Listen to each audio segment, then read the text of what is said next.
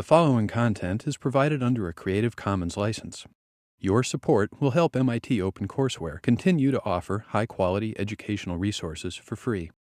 To make a donation or view additional materials from hundreds of MIT courses, visit MIT OpenCourseware at ocw.mit.edu. So to all of our guests, thank you for coming.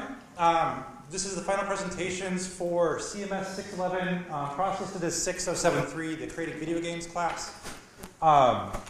In this class, we have 40 students learning how to make games and learning about the production process of making games. So a lot of the things we were talking about in class were a little bit about design, but often also about how do you communicate as a team, how do you get work done on time and on schedule, as I overheard a lot of things happening this last week. Every year we choose a client to make games for. This year we were very blessed to have the Red Cross Red Crescent Climate Center, in particular Pablo Suarez, as our common client. He presented a number of different games, ideas and topics ideas to the class. The class formed teams about those for the final projects, and that's what we're going to be seeing today. Our order of presentations are going to be over here. So we're going to have 3 presentations. Each presentation is about 20 minutes, plus another 10 for Q&A, and then just tech switches. We'll have an intermission after Gateways is finished. And then we've got 2 more. Cholera, I did not write down the full name for your game. Your team, Lauren. What is the full name for your game? Cholera Control. Cholera Control. I'll make a note of that. So saving for our girl will be last. I also want to mention to all the students here, if you're interested in continuing your education on game development, as you can see, spring is loaded with game courses. CMS 301, which is taught by Sara and Michael in the back. Hi, Michael. Is an introduction to game design methods. In particular, it's unpacking the idea of prototyping, paper prototyping for digital games. And it can be, the lessons learned there can be applied to pretty much any kind of design, but they're focusing on game design methods. CMS 608, Philip and I teach, is board game and card game design. It's structured actually very similar to this class with a few small projects and then a final project at the end that you spend about half the semester on. And those, of course, are non-digital games, so board games, card games. We've had people do live-action RPGs and tabletop RPGs, role-playing games for that class. Next 2 courses, CMS 610, Art, Science, and Business Video Games, and CMS 617, Advanced Game Studio. Also build on the team building aspect, but not as harshly as we do. You won't be in 8-person teams unless you really want to. Teams tend to be about 4 to 5 people for those classes. And actually as low as 3 in some cases for 617. Right now in the catalog, they both look like they're being taught on Thursday. We are trying to move 617 to Tuesday. So I'll send out an announcement about that. And then lastly, if you liked creating the specific games you made in class this semester, these kind of educational games, and you want to know more about how games are used in education, how to make games for education, and how to make simulations in particular for education, CMS 590, cross-listed, I think, I didn't look up the number, but my memory said 11.129, is computer games and simulation for investigation and education. That is taught, last year was taught by Scott Osterweil and Jason Haas with Eric Klopfer as the faculty on that course. Really great course, I highly recommend it. You can look up the syllabus on OCW if you want to know more about it.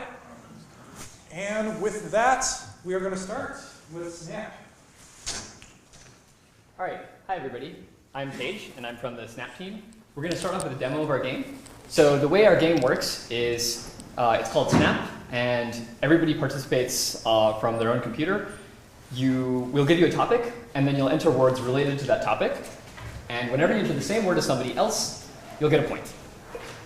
So it's pretty simple. So we'll invite you to join us at snapgame.org. We'll be showing the moderator interface. So normally you wouldn't be seeing this. The moderator would do it on their own. But we'd like to show this because it is a part of our game.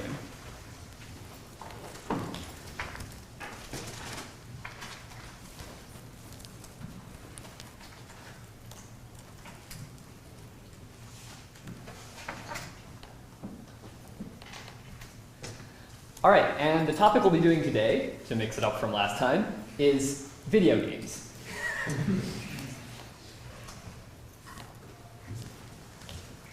And we'll run the game for about 2 minutes this time.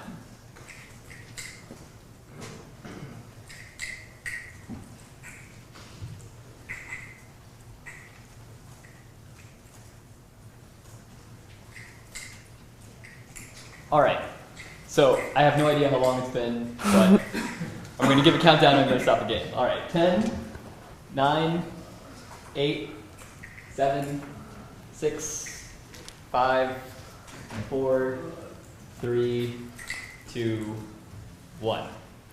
And that's game. All right, congratulations, Julia and Kevin in second place. This is what you guys submitted.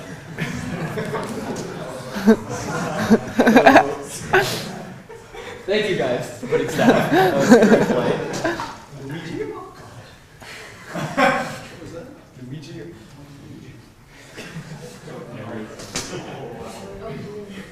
All right, so as you can see, this gives you an idea of what you were thinking about what you think about when you think about video games, which, not surprisingly, right now is Snap.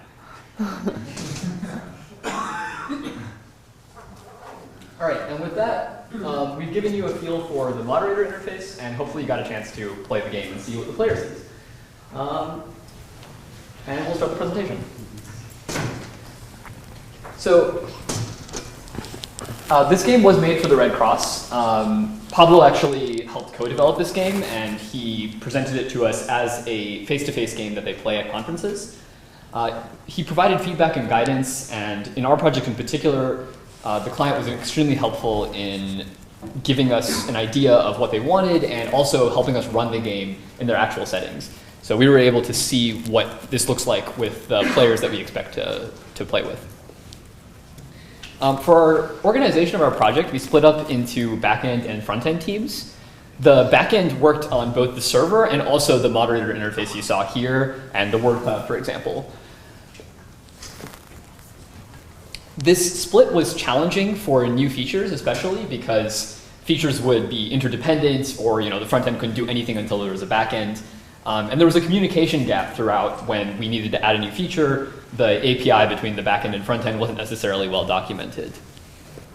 But overall, we think that it led to simpler management within the teams. We didn't have a lot of organization within each team. There wasn't a lot of explicit organization. But it did help to know that a smaller set of people would be working on the front end or the back end at any given time. In the future, I think we would have gone even more specific in our roles. A few roles that we thought would have been important include a UI designer. This would have made sure that UI design saw some first-class love from the beginning, and would have made sure that we actually focused on UI from the beginning. It also would have helped to have somebody communicating between the teams. This person may have done some documentation, or may have simply just made sure that the front end knew what the back end was working on and the back end knew what the front end needed, so we could prioritize well between the teams. It also would have helped to have somebody dedicated to paperwork. This would have helped both in submitting class paperwork and also just doing the documentation that we needed, both for ourselves and the class. And finally, somebody working on game design would have helped us develop more iterations early on and think more about the game aspects that go beyond what we already knew the game would look like based on the game of Snap we played from the clients. As far as technology for our organization, we used Asana to organize our tasks. Asana worked really well for us. In particular, it let us split the task lists for the front end and back end. This was useful because generally the front end didn't need to touch the back end tasks and vice versa. But on the other hand, we had a hard time encoding task dependencies. This was particularly a problem for a feature that crossed both the back end and front end, where some API was needed on the back end and then was also needed on the front end, and you couldn't do one without the other. We also had trouble with task creation, and this basically meant that people didn't create tasks, and part of this was that we didn't have a specific role for creating the tasks. And so because of a diffusion of responsibility, nobody would go through and list out everything that needed to be done. To improve that in the future, we'd like to get people more invested. Part of this was that people had a lot of other classes, and it would have helped if people both explicitly said how much they were going to commit to the class, and also we made it easier for people to contribute with the small amount of time that they had available. So for communication, our group used an instant messaging application called Slack, and this was really great for us because it allowed us to separate into different channels. As you see here, we have front end and back end as two different channels, and then a general channel where everyone can communicate. And this let the front end people work on their thing separately from the back end, not needing to know exactly what was going on, but they could go look if they needed to reference some conversation there. The bad part about this was that people weren't always online and responsive right away.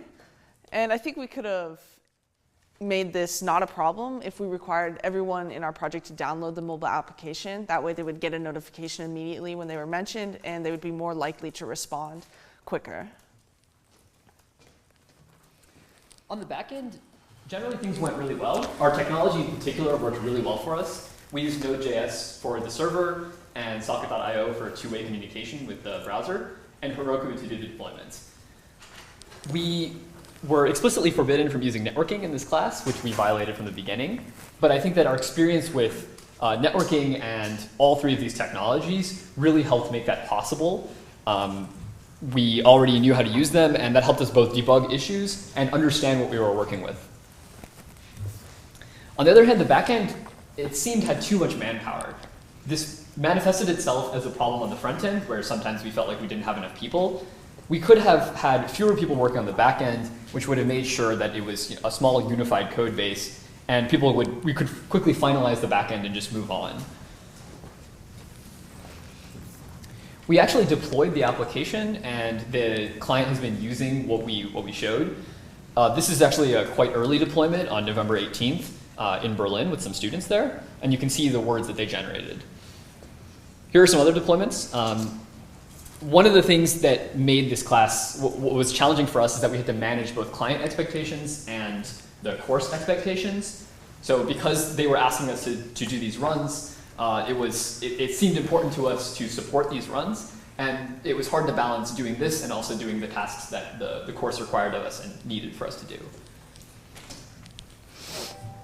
So I'm going to talk a little bit about our front-end design in that process. So initially, when we started the project, we had this idea that people would be represented as a car, and they would be racing other players. So we thought it'd be a great idea to use Phaser, which is a sprite-based game framework. But as you see here, we didn't go through with the car idea, and we had no sprites. But we still used Phaser to make this, our first design iteration, and we realized we didn't really want that type of look for our game. We needed something more professional and more abstract that could be used in any sort of setting that Pablo, our client, may use it.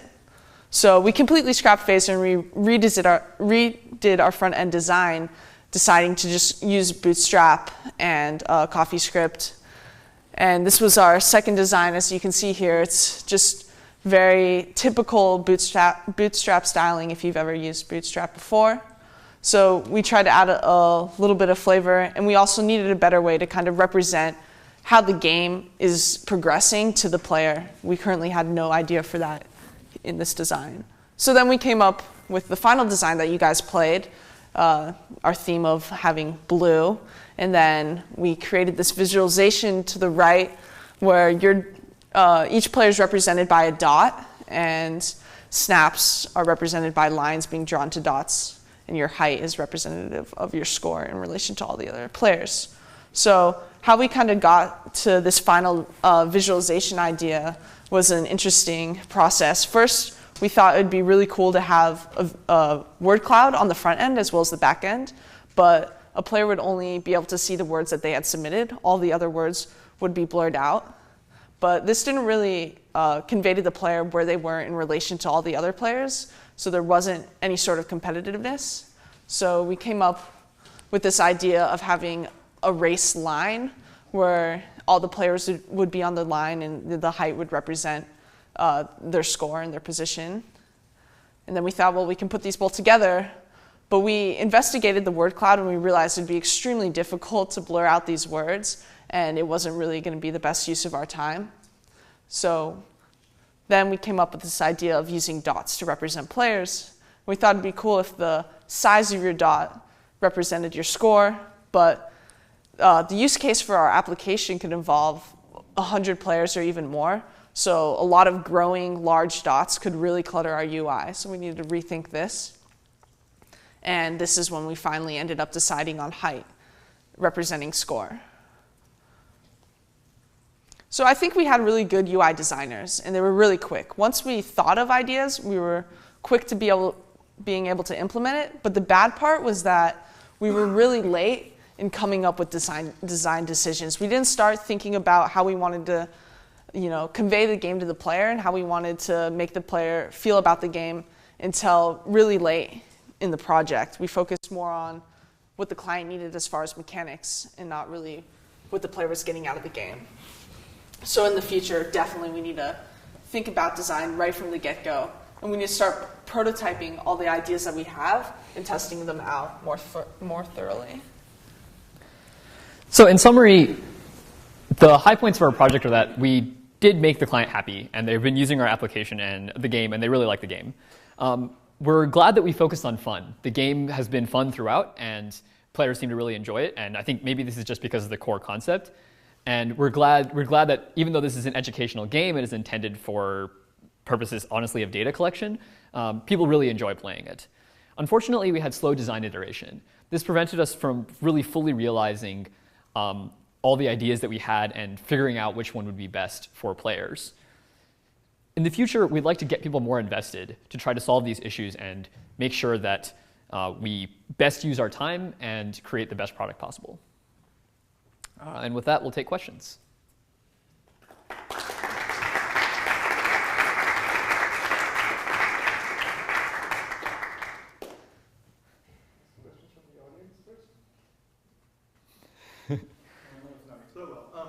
Is there a maximum number of players? We did some stress tests to see how much the backend on Heroku could support, and that seemed to work okay up to 150 players or teams.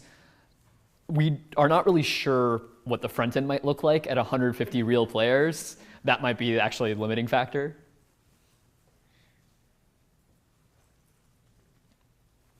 Is 150 people playing the same session, or can it handle multiple sessions of 150 people? We currently don't support multiple sessions. This is actually a request that the client repeatedly gave us, but we thought that it was just much simpler to avoid that for now because it wasn't strictly necessary.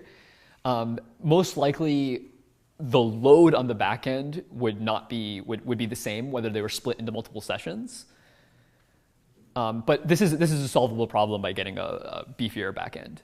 150, but right now the back end supports 150 people logged in simultaneously. About 150. We can obviously pay money to get better servers and then run with many more.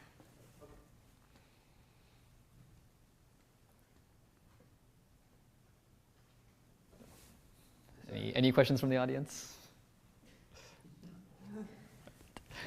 So you got some feedback from Pablo, specifically from the moderator's point of view, and I'm wondering whether you got any indication about what the players felt outside of this class. Sure. Sure, I think we can both talk about our focus tests where we played with players outside this class. Yeah, so one of the main things, I played with maybe a group of at most 10 people, and they knew each other, so they wanted to know who they were snapping with, and they wanted to see the names of all the dots so they could know who they were beating or who they needed to catch up to. But this would be unreasonable in a large environment, especially when all people at the conference probably don't know each other.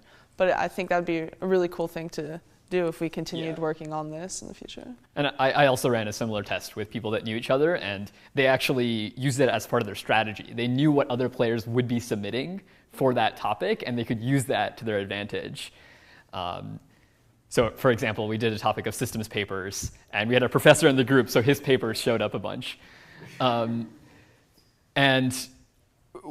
I would echo what Sabrina said, that players really wanted more feedback around the actual players in the game, which we specifically didn't do because the client didn't care. And in conferences, people don't generally know each other. But I think that if we were to use this as a more popular game, then definitely focusing on players and giving more feedback, especially after the game is over. People wanted to know who they were snapping with. They wanted to see that graph, all those lines overlaid so they could see who they were snapping with most often.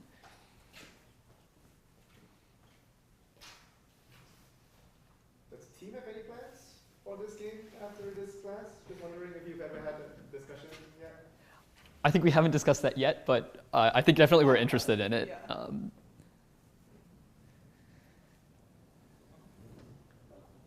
Thank you. Thank you. Thank you. Hello, we are Hello Waves. We're a game about forecasting, specifically this idea called forecast-based financing of using forecasts to make decisions about possible disasters in the future and how to prepare for them. We'd actually like to start with a playthrough of our game, so if anybody would like to be a volunteer to try it out. A guest from not our class, if one could please come down. Andrew.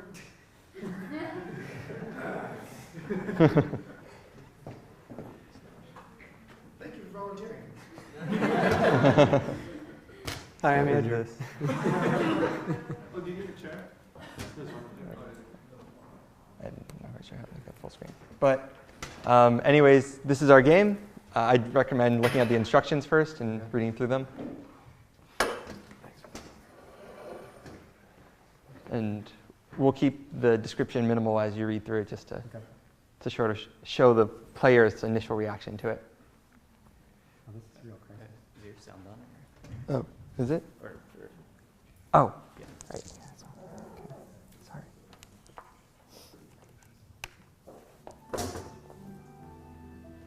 Music.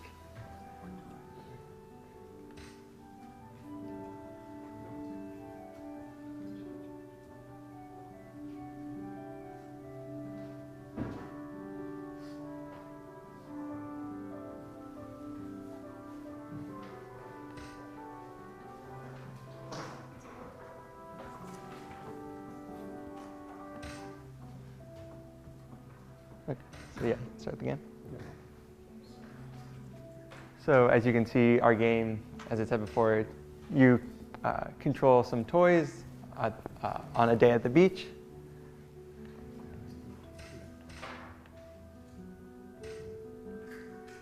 And so by dragging and dropping them between the castles, you'll see that their statuses change and say that they want to move on their next turn, or that they want to be collecting, or that they're going to be collecting candy, or anything like that. And the game is turn-based, so all the actions will resolve on the next turn.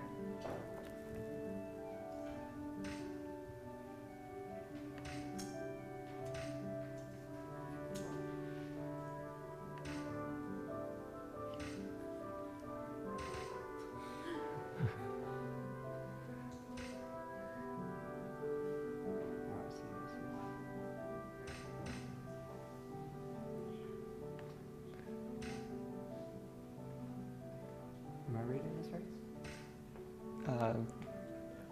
Yeah. You can also access the help for the lower right corner as well. Oh, Yeah. Yep.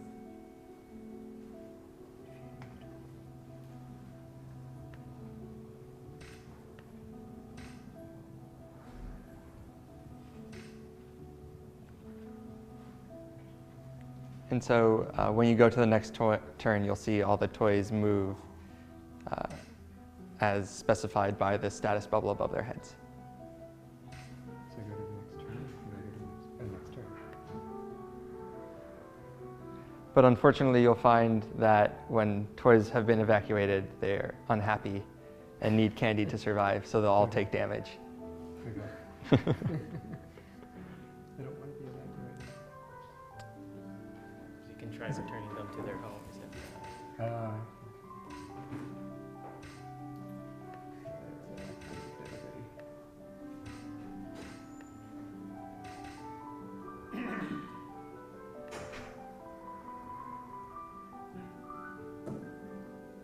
And so you'll see that on this turn, instead, now they have their statuses set to gathering candy, except for the dump truck, who's still evacuated.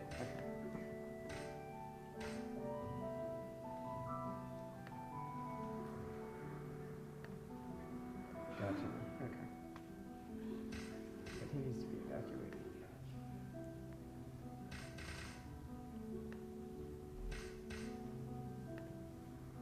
Exactly.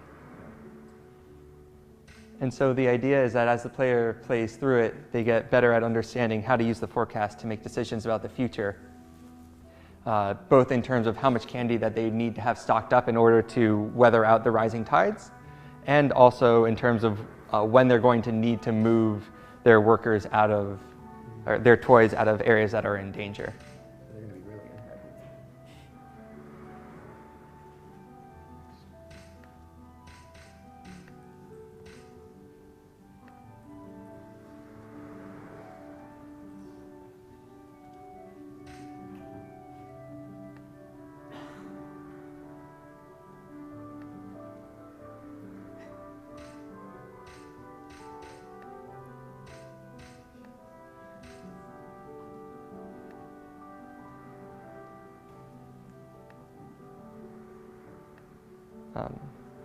I think you have those two guys.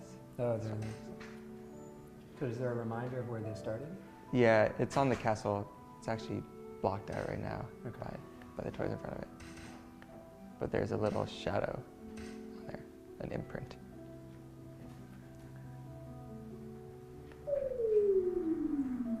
And because he ran out of candy and then, or actually, sorry, because he went to a place that was underwater, he took too much damage and then was swept away by the waves.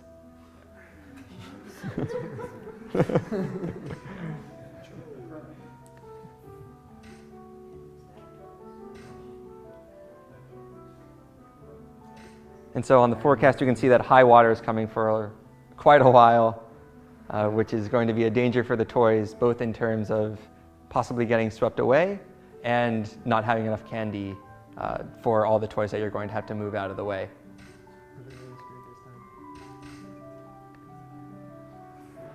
Oh, he may be out of luck. Yeah. And when you've lost 2 toys, you lose the game. Okay. Thank you for playing. So that's Hello Waves.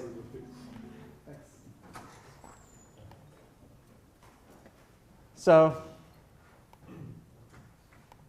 in our game, we had a few challenges to overcome. The first was that our game was based on forecast-based financing, which is a very abstract topic.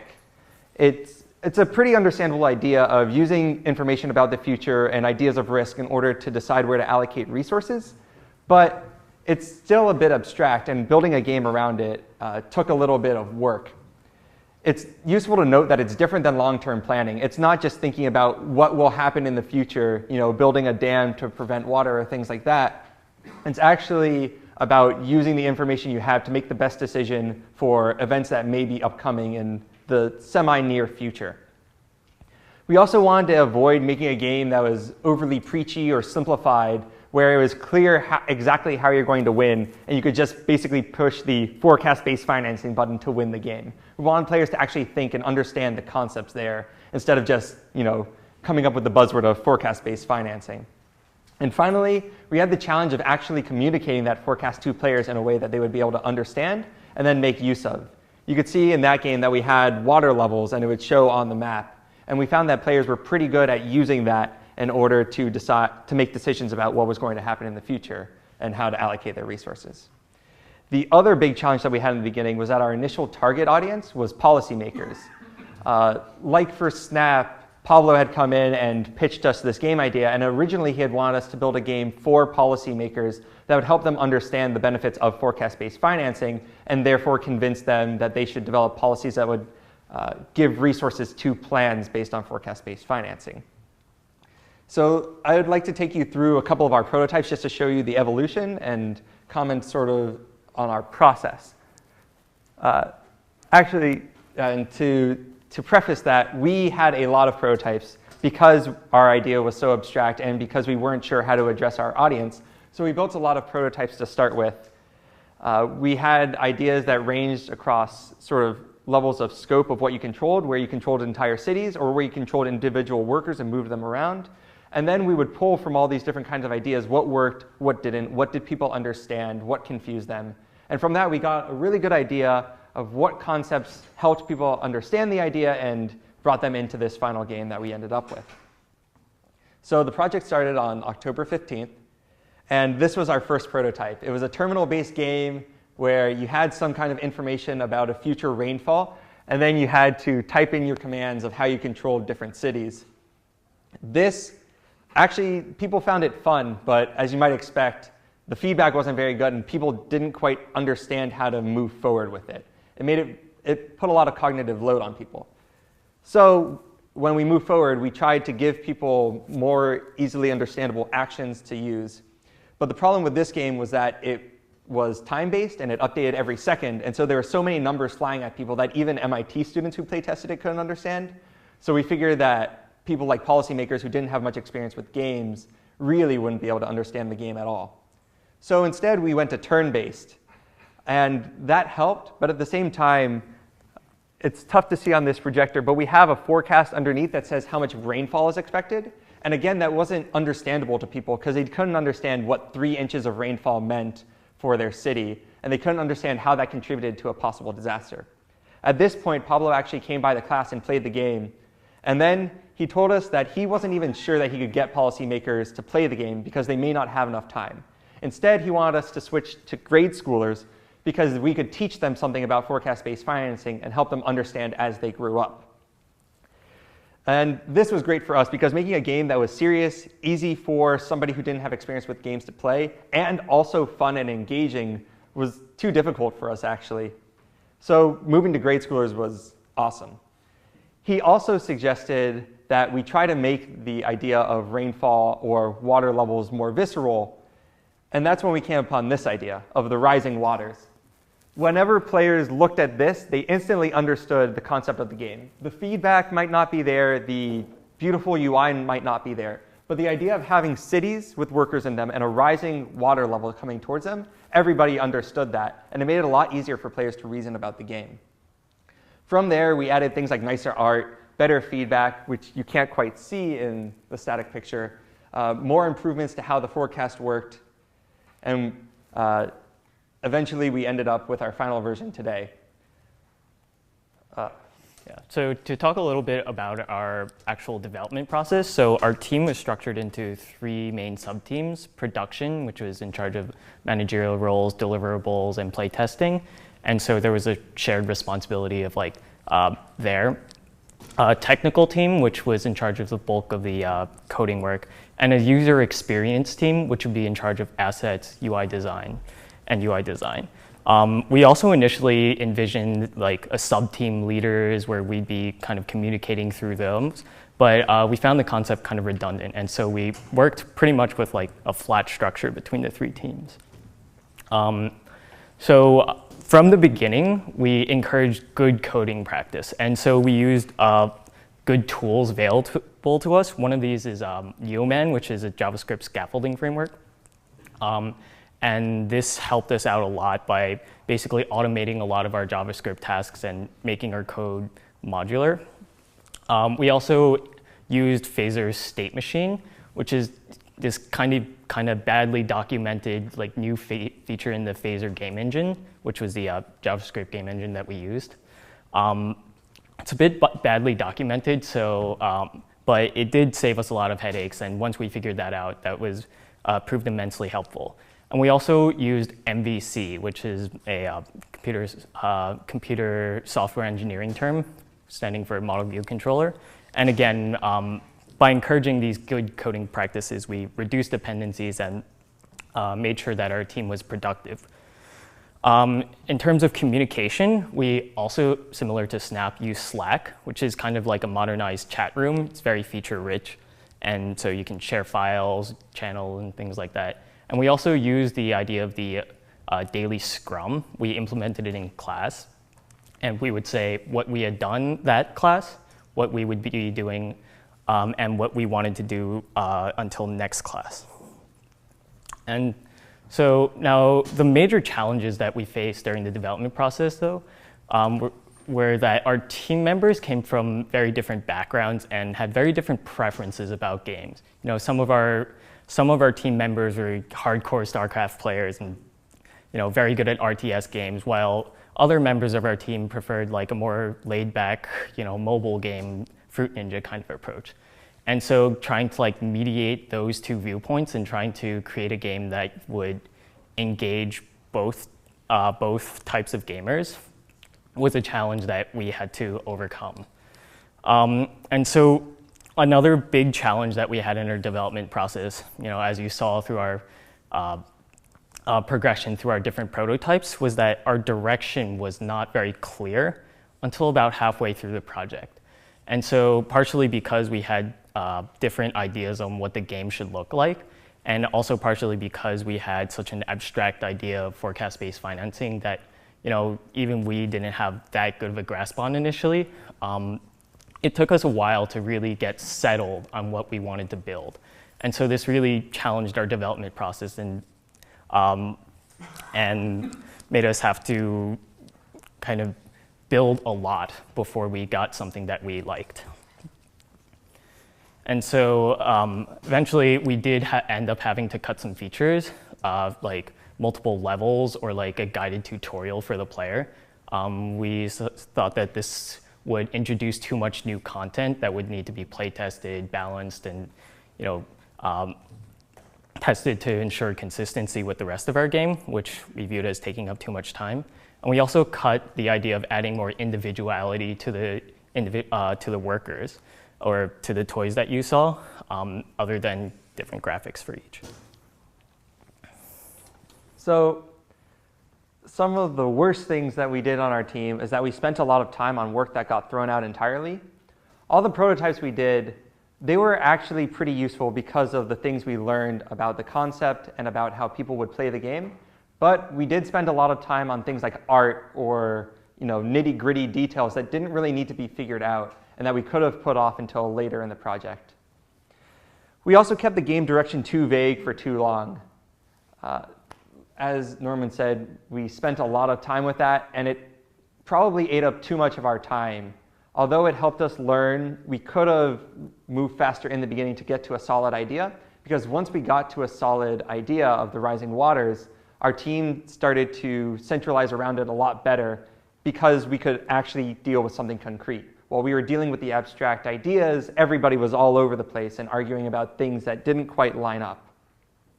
And the worst decision of all that we started with, and that sort of made the problem of going too vague and all these other things happen, is that we were originally thinking, how do we skin forecast-based financing as a game? How do we take this idea of using forecasts to make decisions and then just gamify it? Which we eventually realized wasn't fun and didn't help us actually come up with any ideas.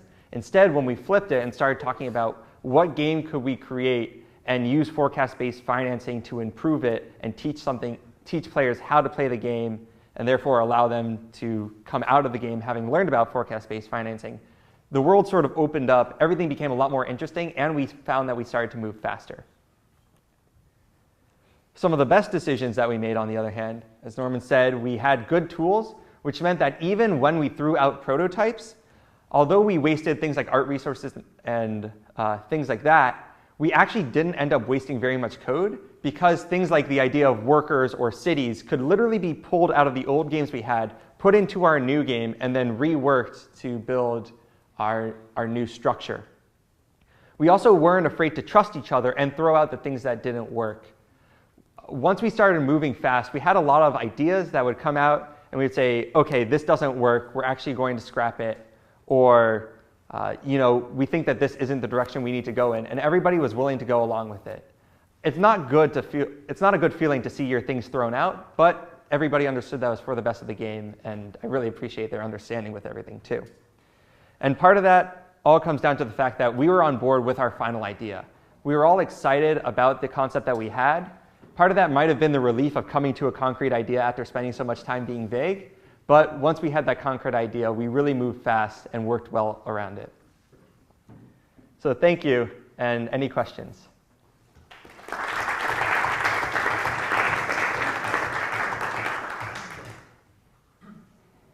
Who did your sound? It's awesome. That was from our UI team. Oh, yeah. Thank you. Where did you find it? So it's on our credits page. Most of it was online. The credits page in our game. So you don't want to type that in. It's a little small, I guess, up there. Okay. Right. But it looks. Play the game then. Yeah, hold Yeah. my hand, AGP by. Would it be possible to create a short URL for this? For the game? bit.ly link. Oh yeah, sure. We can make a bit.ly link and we'll send it out to everyone. Can I just do a link on it? Yeah. It's a good call. Yes. Having watched the early crash and burn of the playthrough, how often do people, I don't know if you've actually had a lot of people to play your current version of your game, do people usually take a playthrough or two before they start getting the concept? Yes. That's why something like a tutorial would be really nice. Unfortunately, we didn't have the time to put it in. Yeah, no, But I was wondering how that, okay. yeah, usually what happens is even if after maybe a couple of turns of playing through, they start to get the idea, the problem is that as the water starts to rise, they haven't prepared enough. And so all their workers or the toys will starve or get carried away by the waves, which is a bit unfortunate and probably makes the players feel bad on the first time. But then it actually teaches them to think ahead about it. So the next playthrough, they're much more careful and understanding. Yes, I was wondering if you were playing any other games or thinking about other games as inspiration or thinking about how to deal with sort of hitting the right level of strategic thinking in your game? Yeah, well, so I guess in terms of early on, because we had a very different idea of what we wanted to do early on in the process, we were thinking about games like Civilization and how did they communicate all these complex, worker movements and managing multiple cities. But once we actually came up with this game concept, I think we had much smaller goals, and so do we have any specific game models, do you think? Or? There's none that I specifically think of. Yeah. There were some things that we were sort of inspired by standard tricks, like when you hover over one of the characters, they got bigger. Some idea of showing off that this is clickable, things like that. But specific games themselves, not really. I was just thinking, it ended up being kind of board gamey, and I feel like there's a lot of board games where they've been thinking a lot about getting that right level of I guess, tactics rather than strategy. But yeah, I guess it worked out. So you mentioned that you were able to completely change how your workers looked and just keep your models. Mm-hmm. So that's sort of the holy grail of object-oriented programming, that you have an object that's reusable and you don't have to throw out the code. Do you think there's like a reason why in particular you were able to achieve that? Because I think that's not common necessarily in object-oriented programming. Partially a little bit of OCD-ness, like very early on, very strictly saying we're going to write this object-oriented code and we're not just going to hack things together. I think that helped a lot because we actually spent the time in the very beginning to think about like which objects were responsible for what and what their purpose should be. So yeah, basically, I think because we moved more slowly in the start and thought more carefully about how that code should be structured, we ended up with having an easier time later on. There's also the fact that because we had learned these things from the prototype that we were putting into this game, that also meant that the objects that we created, because we wanted similar functionality to things that we had already seen and we knew worked, it meant that we were comfortable pulling out the functionality into that. So I don't want to say it was designed to fit, but there's the fact that we moved it on purpose, really. I would like something on that. So we had a very good MVC model. So models were in a tree-like structure, and it was very easy to change models. So models knew about, views knew about models, but models had no idea about views. So basically, it was quite easy.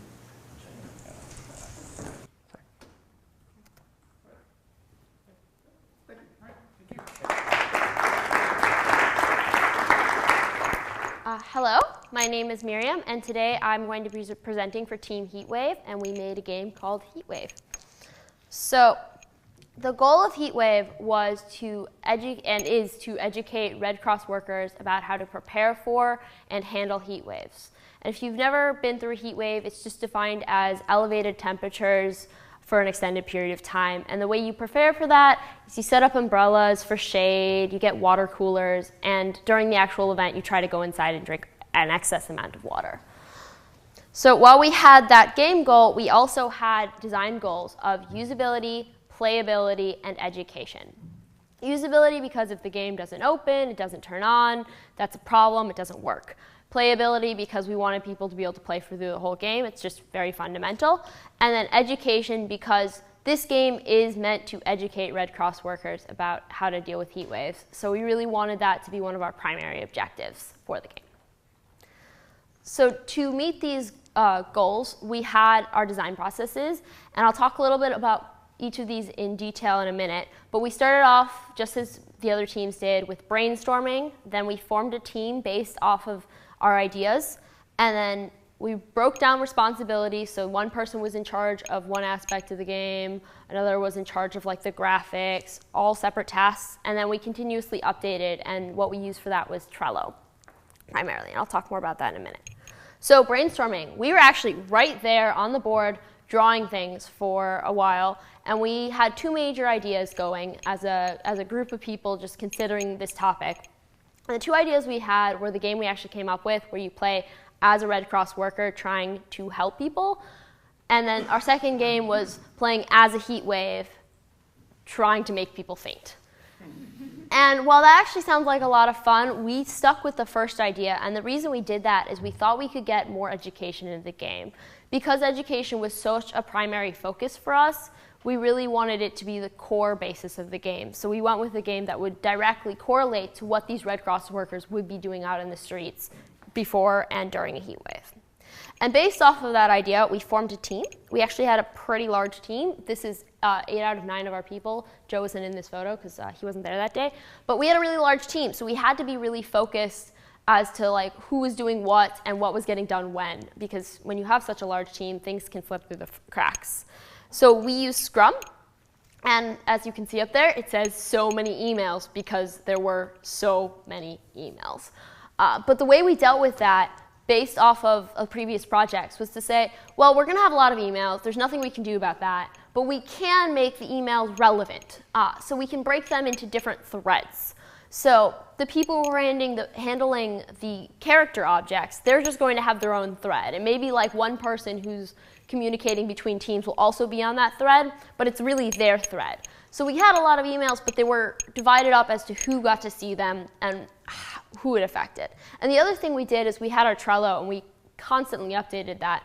And we kept track of what was being done in this sprint and previous sprints.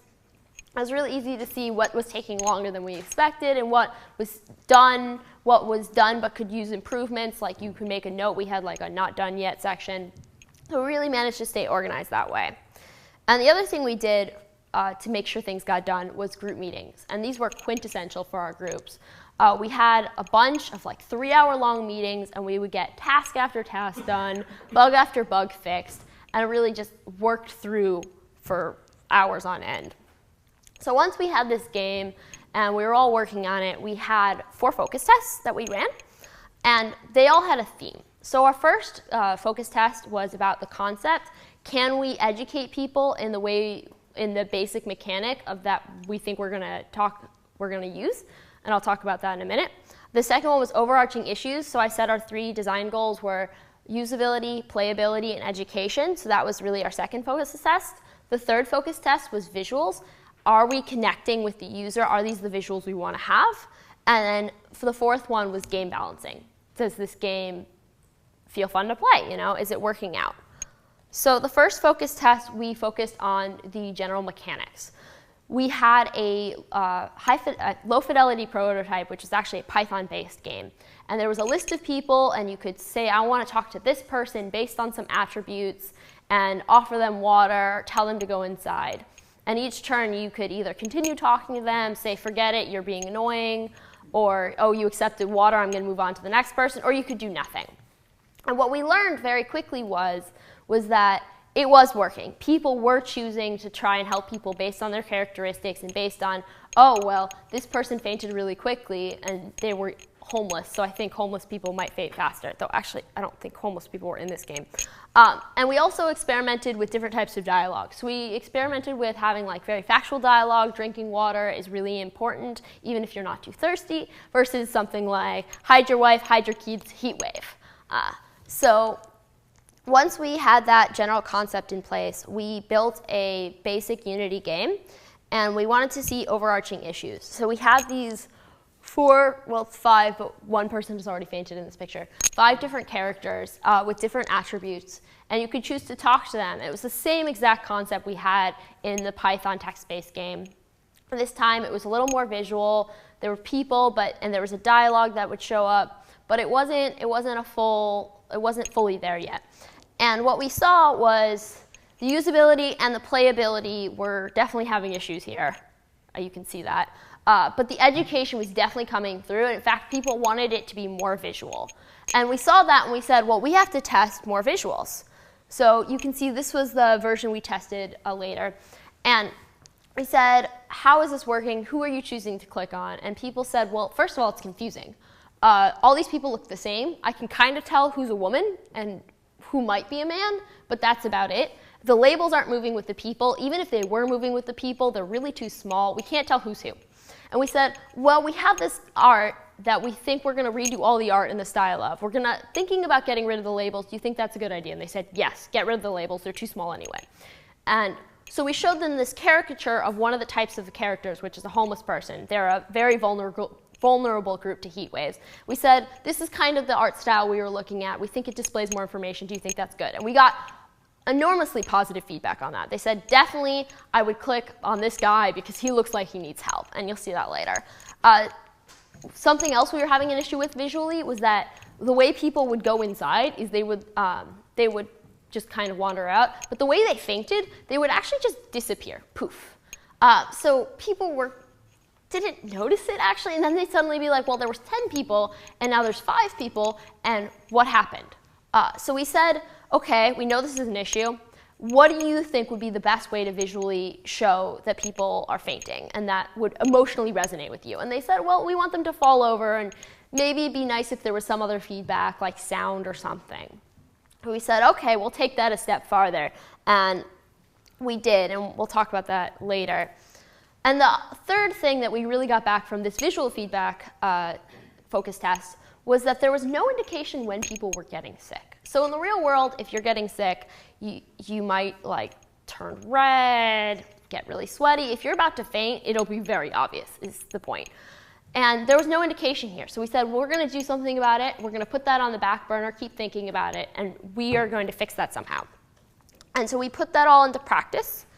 And you'll see the screens in a bit. But our final focus test, we focused on game balancing. Is this game balanced? Are people fainting at a reasonable rate? The problem was that we would have like 6 people all fainting at the same time. They said no, they have to faint at different increments. And also on top of that, we had an issue where the temperature was somewhat random, going up and down.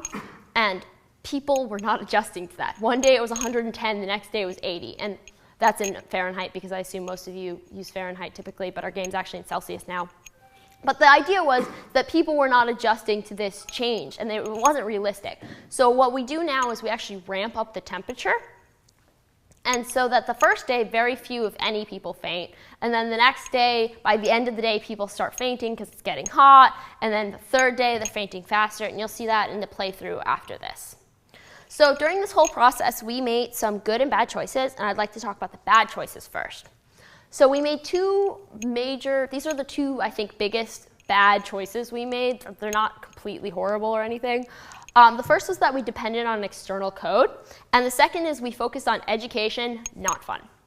So when I mentioned the external code, one of our teammates had a dialogue system for Unity, which was really cool, looked really nice, had a lot of features. And we said, let's go for it. We can use this as a foundation to build a really complex game. And something we really didn't stop to think about was how much work is it going to be to develop our game around this system? How much work is it going to be to change the system to fit our game?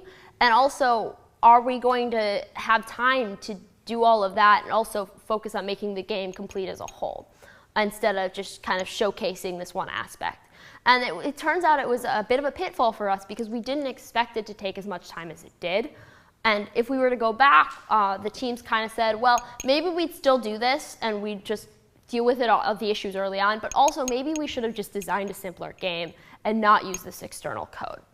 Another bad choice we made was we really did focus on education, which was good because our game does teach people, but it is an educational game in the sense that it's not the most fun in the world. And if we were to redo this, we probably should have focused on fun earlier. We played with having funny dialogue and making more emotionally resonating effects. But at the end of the day, it's an educational game, and it's really not that exciting to play. So that's something bad. But in the process of doing that, we made some good choices too. And one of those good choices we made was group meetings. You get so much done when you sit down with most of your team for 3 hours and you just hammer through. And we did that multiple times, and it really worked out for us. Something else we did well was prioritize. Because we had a team of 9 people, we really had availability was kind of all over the place. And even when we had group meetings, you could only really expect 6 people to show up. You were guaranteed that at least 3 people weren't going to be there, even if you did a doodle, which we did. So what we prioritized was based on we had groups of people with different responsibilities. But if there was a bug, we said, okay, who's available right now? What are you working on? Is this more of a priority? Can you do this now? And that process worked for us. We got bug after bug fixed that way when we weren't in a group meeting. And when we got to the group meeting, people generally had a sense of what was going on because we were doing this process of they kind of had maybe worked on something for a little bit based on it being a priority. So now let's get to the actual game. So the game has a start screen with an instruction screen, which is kind of the sub-layer. The main game, which has the day scene and then a newspaper scene at the night, and I'll show you all of these, and then the end screen. So originally, this is what our start screen looked at that we play tested, and it was beautiful, as you can see up there. No need for changes, right? So we actually did change it. And so now it's the same background as our game for cohesion. You have your play, but you can also use the instructions, which are pretty useful if you've never played before. And then that takes you to our main game. Our main game, originally, you saw that on the first focus test. I think this is pretty similar to our second focus test. You see, we had a progression with the main game, took a lot of iteration. And something originally we didn't have, I said, was there was no indication of when somebody was getting sick or their characteristics. There's a lot of issues. So we made some progress. We added the indicator to say, I'm about to faint. You should probably try to help me now, which is that little exclamation part of their head. And then finally, we redid pretty much all of the graphics, and that took a while. So we were in the process of redoing them at this point. And now the game looks like this. So it's much more cohesive. All the art fits together. The people are really visually caricatures of the different types of people you need to help. Elderly people, homeless people, drunk people are all really vulnerable to heat waves. And then there's some characters that actually aren't on this screen right here, but that aren't as vulnerable. Normal adults aren't as vulnerable, and athletes aren't as vulnerable.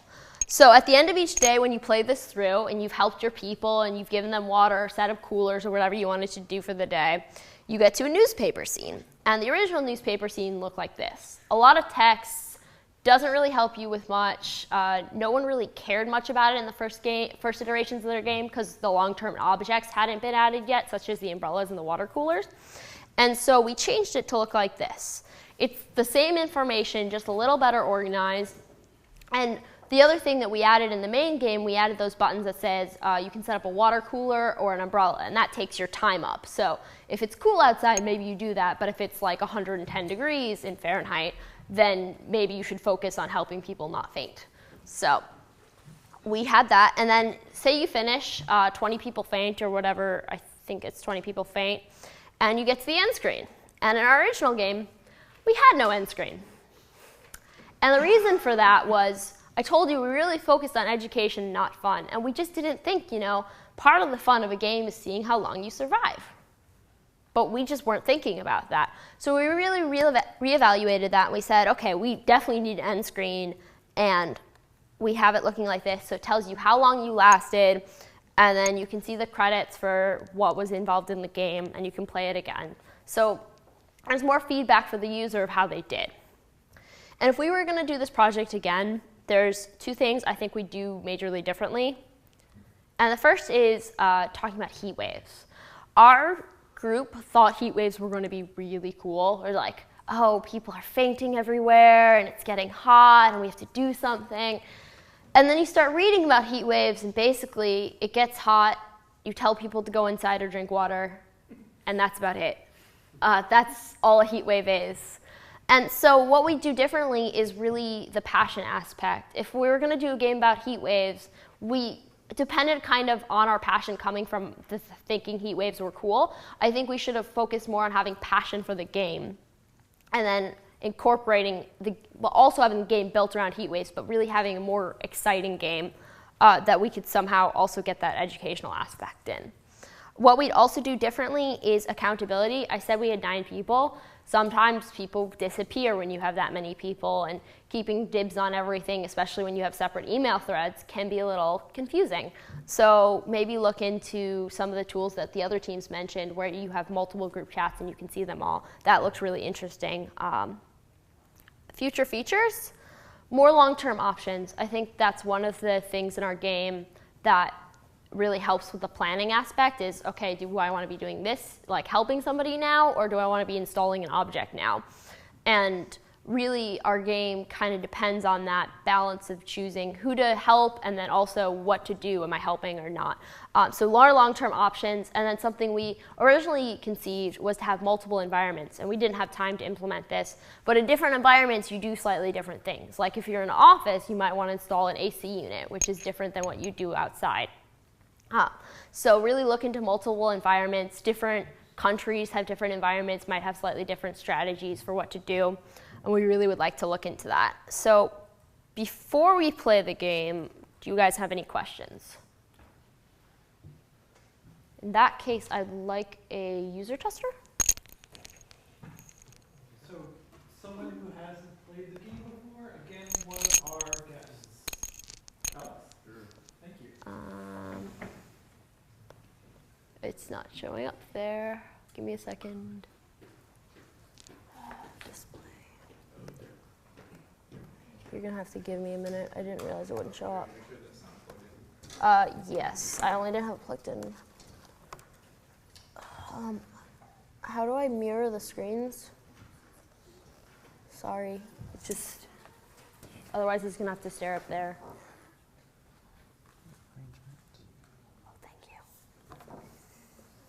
Don't look at my emails. There's so many of them. All right. Okay, yeah. Okay. Yeah, go for it. My sound's on silent. There. All right. Let's see. So I'll go check the instructions. Oh, thanks, Rick. The screen is usually clicking. All right. I'm going to read through the instructions. So you can offer homeless people water, tell old people to go inside, install umbrellas, or many other options. Okay, so pause, click on the pause button. Okay. You want to whoop. Sorry, what just happened? I may have clicked by accident. Oh, did you start the game? Here, let's just quit. Maybe. No worries. There you go. Okay, thanks. Okay, I think we're ready then. Let's play. I'm gonna build some umbrellas. Okay. Yeah.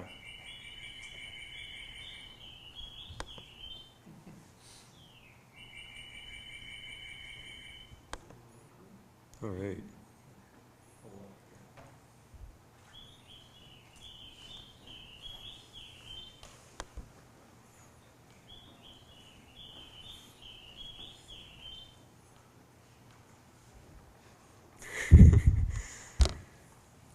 Okay.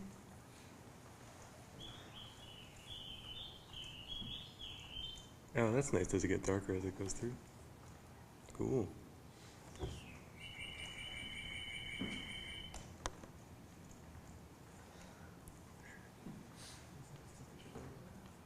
Oh, uh-oh. Drink up.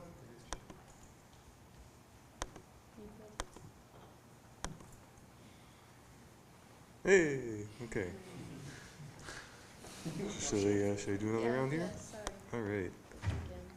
Try talking to someone. All right. Is it, No, there's something wrong. okay. No worries.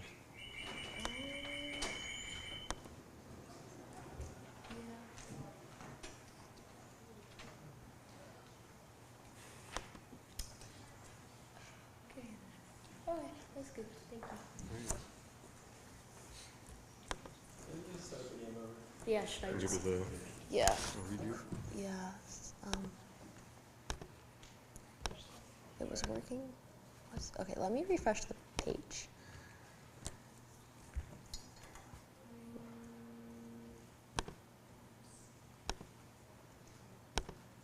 There we go. I don't know what happened. Sorry. No worries.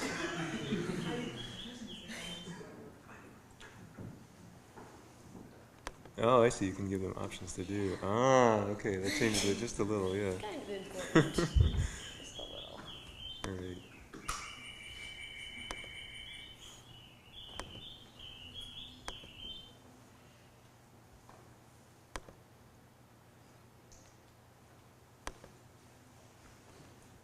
Okay.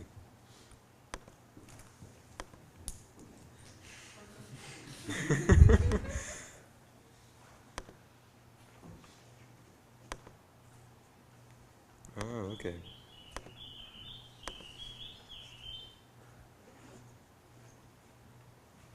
Let's see, I'll talk to her. Uh-oh.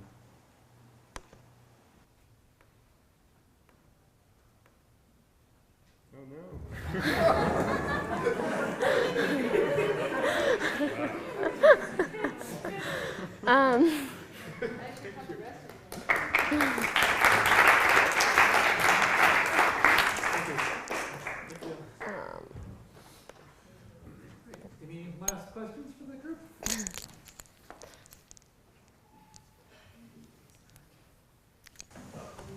Other than the bird sounds and of course the fire sounds, is there other sound effects?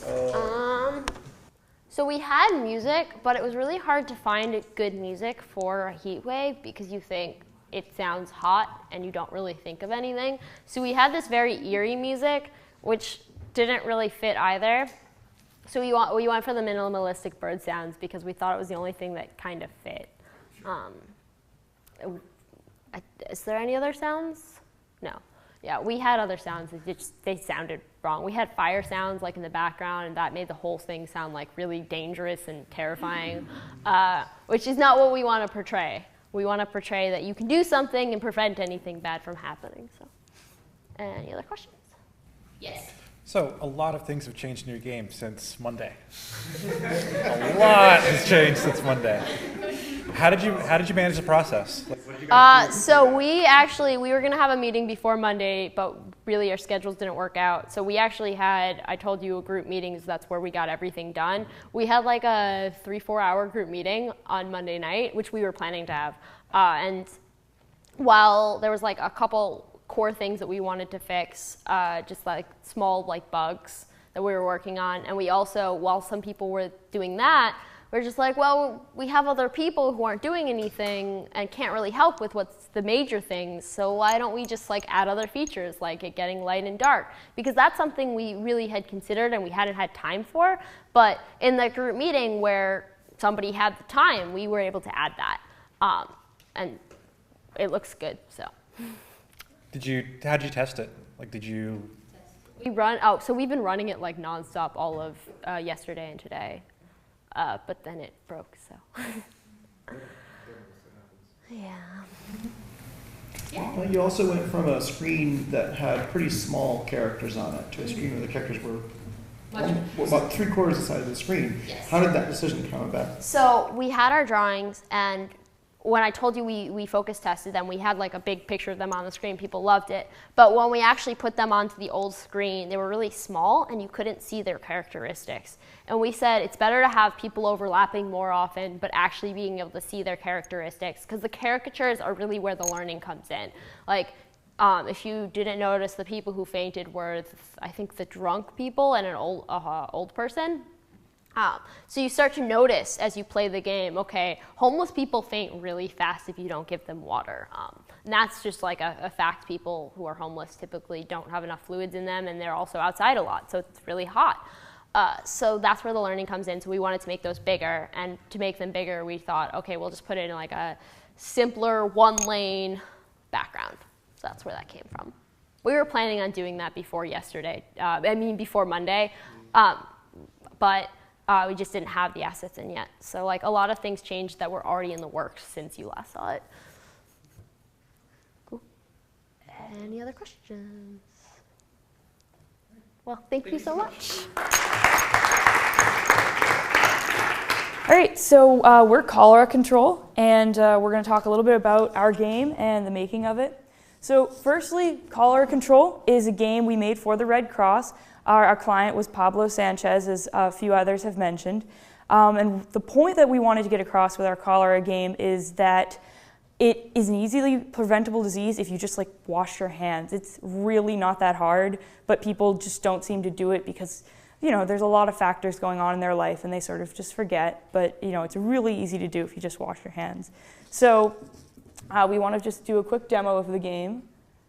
Where is it? Okay. So if someone would like to come down and play our game. Okay. Cool. Not supposed to show up on our own videos, but that's okay. Are you not? No, I'm just kidding. I don't know. We'll find out. Policy for that. Okay.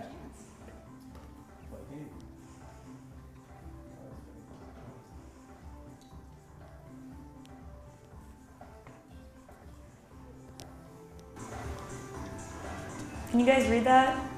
Yep. Mm-hmm. Can anyone in the back not read it? Basically, it says cholera is spreading, you gotta control it and watch out for outbreaks. Okay, I'll just.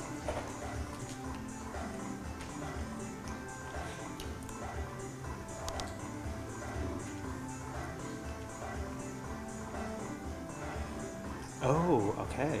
I have $1,400. So as you can see, the game is kind of a strategy game. Right now, there's only one locality to deal with. You know, we sort of didn't want to throw too much at the player at the very beginning. So you can kind of, also the game's pause, it says so up in that corner there, so you can have time to sort of just read, make sure you know what's going on, what all those different things do. Then you go back to the map and time keeps elapsing. And so over time, more localities appear, up to 4. So right now we just get the second one. They're on different branches of the river, so they're not going to really hurt each other right now. Still relatively easy. Go cheap. Hopefully.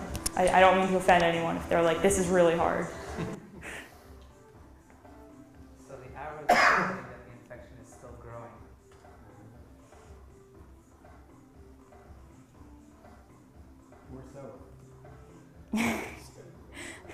So one of the things you can see if he goes back to the map is all the bars above the villages. Green is the healthy and red is infected. And then there's an arrow, which I think is you can see it pretty well in there. The arrow, if it's pointing towards, if it's pointing that way, that means that, you know, the amount of green is growing, so there's more people getting healed. If it's pointing the other way, then more people are getting infected, which is bad. So, you know, if you see your arrow switch directions, you usually want to get on that really quickly and make sure that nobody dies. Well, no, nobody gets infected. Nobody dies in this game. We didn't want to be too harsh. Are the products cumulative? So Yes. So if you buy more than one, they work together. Okay.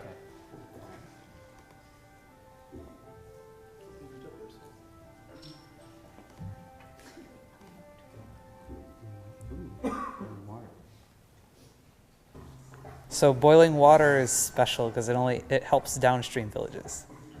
I clicked that. So that doesn't help. I know. Isn't my budget growing? Yes. Okay. Oh, great. Oh, crap. You can undo. Oh, I can? Yeah. Well, now you can. Now I can. That one's good. You Okay. I need to buy them boiling water, and that's it. You're done. Oh, thank you. Yeah, thanks.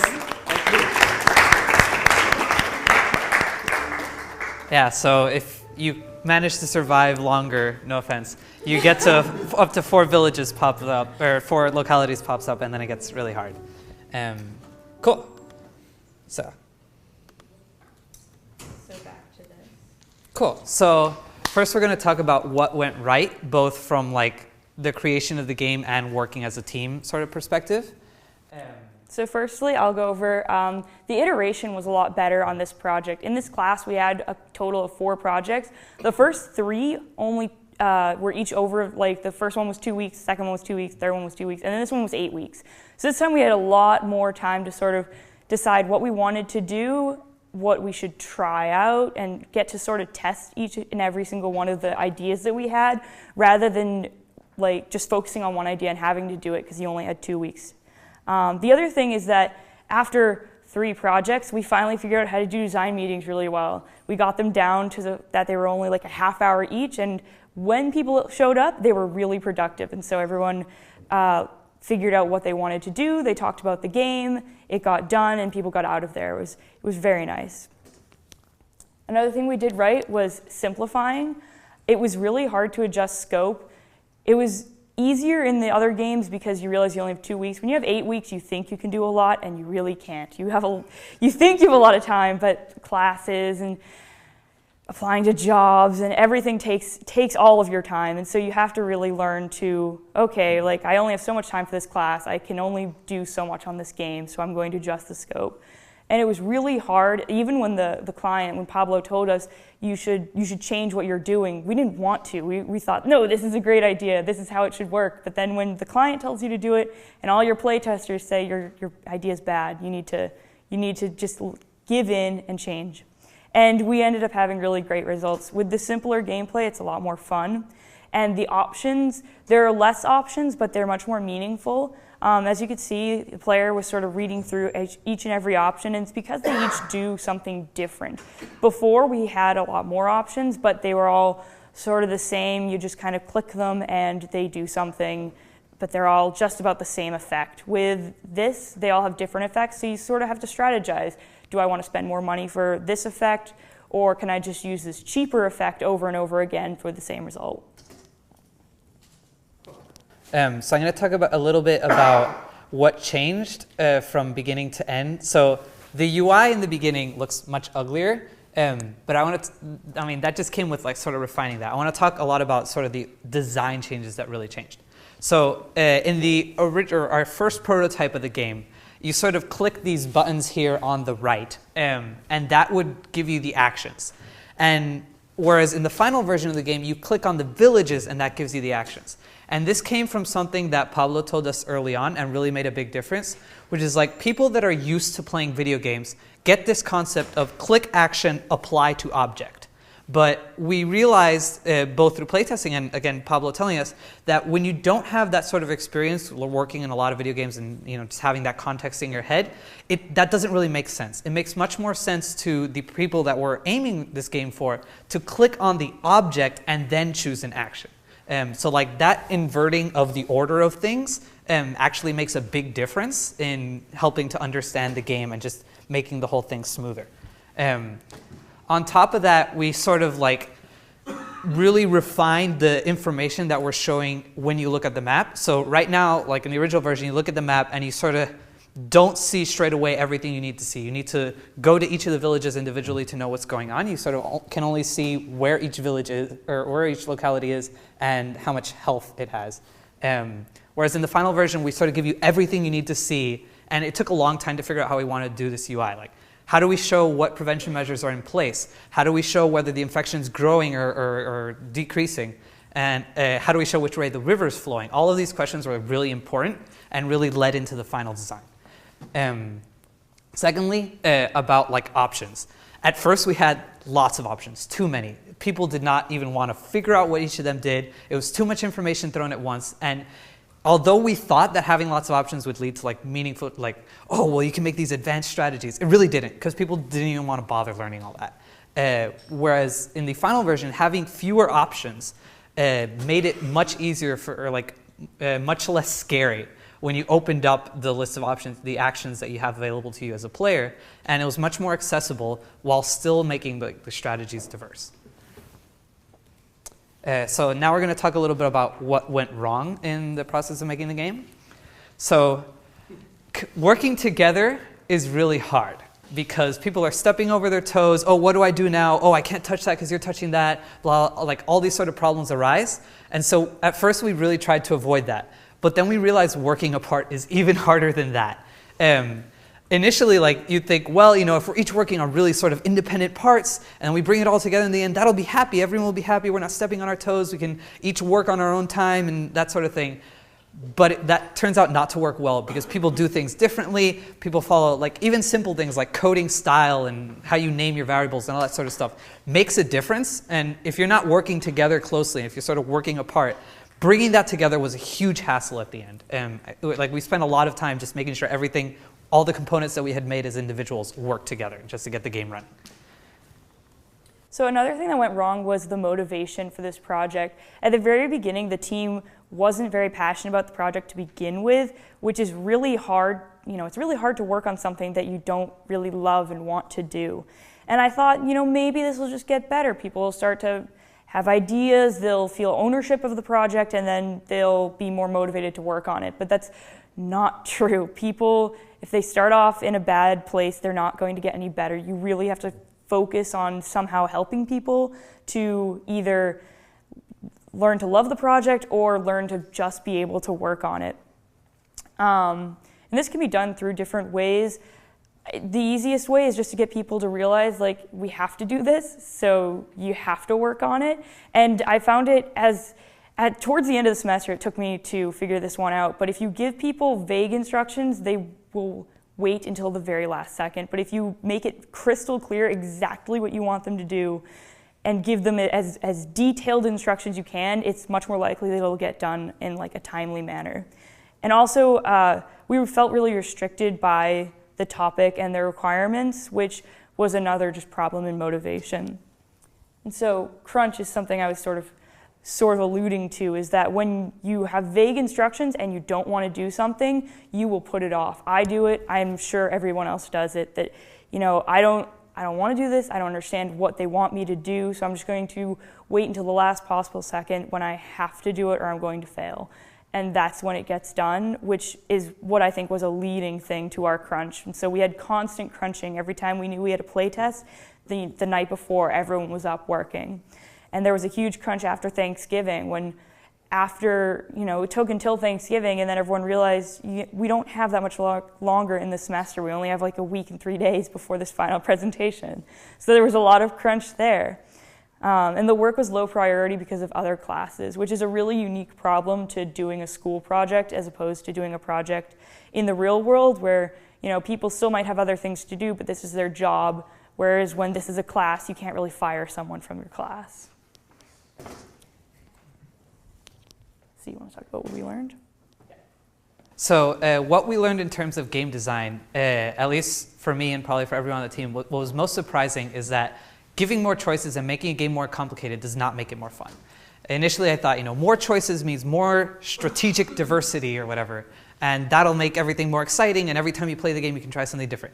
But that's not really true. Having less choices can be even more fun than having more choices, because then you don't have, like, when the player doesn't have to think about as much at once, they can really go deeper into what the current options are. So that was really surprising. Also in terms of game design, like, requirements can be restrictive, and like often you can't do what you want to do. You as a designer can't do what you want to do, can't fulfill your own fantasy for what the game is supposed to look like because of the requirements, because of what clients want, and because of what players want.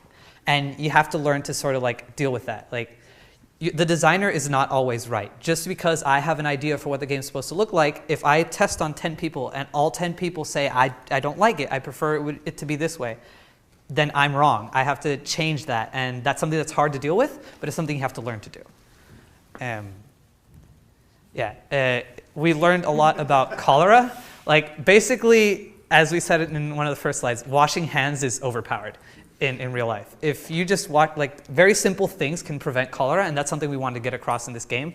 In the game, washing hands is overpowered, just so that they get that idea across. And about coding, like, there's a lot of simple things you can do to really polish up the game, like tweening, which is a animation API available in Phaser that we used, but really any animation API that does like little things, like having the window pop up instead of just appear, having like things go like ka-ching and like move in and out. That makes a huge difference for very little effort, and it makes the game look much more polished. In terms of future changes for like the game itself, we initially planned to have like seasons and lots of random events that would sort of make the game more exciting, especially near the end once all 4 villages are up and you sort of get into this pattern. But you know that we basically didn't have time to do that. And then the second thing that at least I personally wanted to add to the game was like more advanced infection models. It turns out that modeling infection is, well, it's not surprising really, but modeling infection is really hard. Balancing your model of infection is really, really hard. And it's sort of almost impossible to make it have this sort of smooth curve where it starts out easy and then gets sort of hard at the end, but not too hard. Infection is exponential in nature, and that's really hard to deal with. If I had more time to work on it, I'd probably spend a lot more time thinking about different models to use for infection and make it easier to balance. Like right now, you change like one little number by hardly anything, and the game goes from really, really easy to completely impossible, just because of the nature of infection. And lastly, future changes for the class. One of the things that we all felt would be really useful is if the professors had enforced the sprint task list, because you could submit your sprint task list at the beginning of your week, but you never had to tell them if you actually did everything. You just had another sprint task list, which maybe if, you know, that was looked at carefully, there might be the exact same things 2 weeks in a row, but you know, a lot of times you never heard anything about your progress. You just kind of had your progress, and it wasn't until the end that we really realized, like, oh, we're kind of far behind. We need to fix that. So it would have been nice earlier in the project to have that sort of feedback, like, hey, you should be, like, are these things done? You should be doing more. And more freedom in choosing the topic. Like we mentioned before, we felt really restricted. There were things we wanted to do that we couldn't because of the confines of this project. And so a little more freedom would have been nice, but you know, it's a class. So finally, does anyone have any questions or comments, feedback?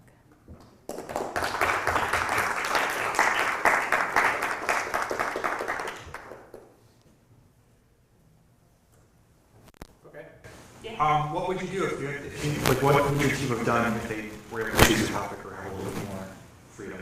Was there anything in particular you talked about as a team that you, or when you're talking about things you wanted to do but the client said no? So like, in terms of like, if we were doing about cholera, things we wanted to do about cholera but we couldn't. Like, death is not in the game. We can't make it like overly morbid or anything. Not that we. But like there are certain things like we wanted to have more options, but since the game is sort of oriented towards, or rather, the options have to be oriented towards what an individual can do. So the game is supposed to teach like a young kid to young adult as an individual, how can I prevent cholera? Which is like, you know, you wash your hands, you boil your water, that sort of thing. But things like, you know, put basically bathrooms, you know, the sorts of things that a government or the group of people as a whole could do, but an individual can't really do, were options that we wanted in the game and could have sort of interesting mechanical effects within the game. We couldn't do because it doesn't make sense. Like, I can't teach you to make bathrooms. You can't, not really as an individual. Yeah, and sort of as Jenny shouted out, tongue-in-cheek humor. There was a lot of times during the game where we're like, oh, we should have this happen, but it was offensive, and it was funny. It would be funny to an American audience, but because it was for an audience in Ghana, you know, we didn't know whether to use village or town or city, and so we asked Pablo, and he said use the word locality, which to everyone playing it, playtesters were like, this is a really weird word. Why does it say locality? And even we forget to use the word locality, and we call it a village accidentally.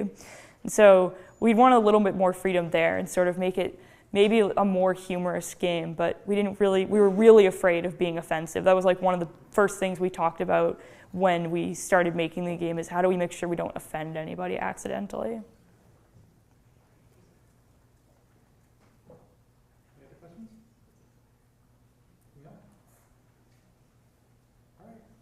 Thank you. Thank you. Thanks. We're the Saving Gora Gora team. I'm Liz, Rachel, Kevin, Justin. There are others in the audience. Go to the beginning. Yeah.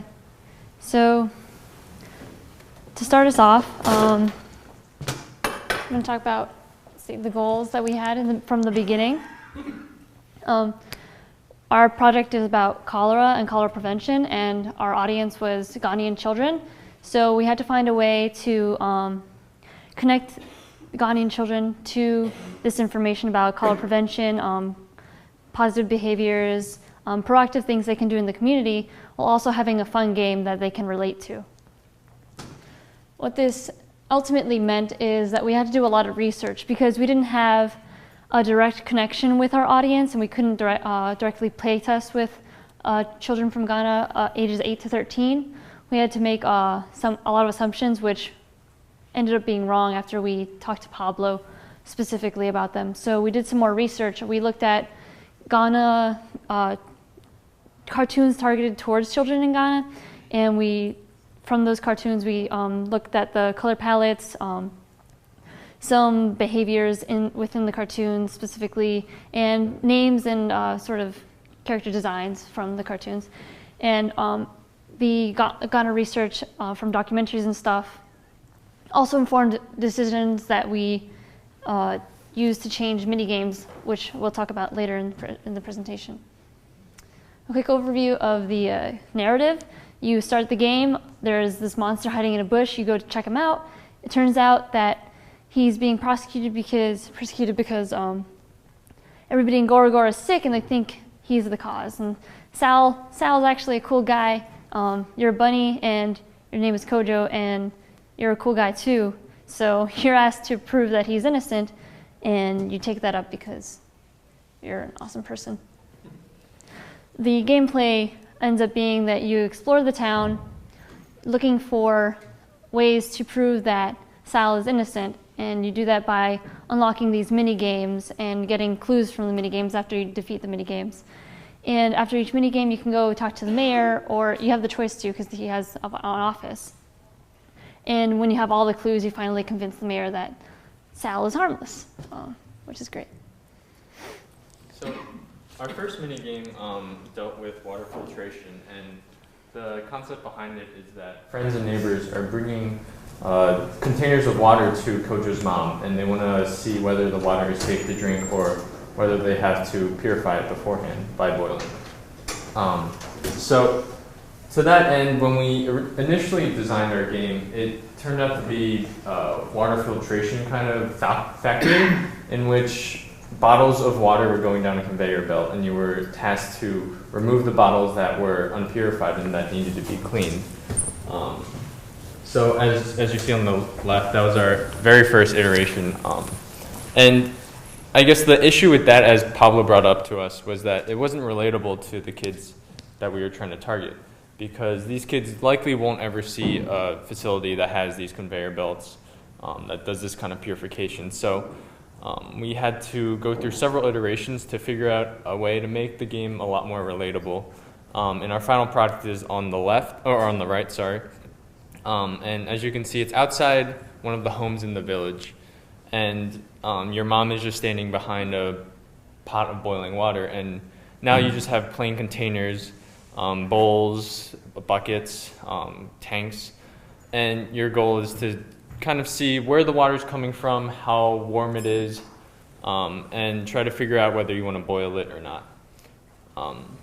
So some challenges we faced were, in our first iteration, it was more of a real-time gameplay. You were kind of rushing against time to pull off all the unfiltered water as all the bottles continued to scroll to the right regardless of how fast you were going. But then we realized that took away kind of from the educational aspect, because it forced the player to just kind of hurriedly just pull everything that they can. So instead, we changed it to a style of gameplay that was kind of at the player's pace. They can do everything as fast or as slow as they want, and that, I think, gives the player a better chance to kind of learn everything there is to learn from the minigame. Yeah.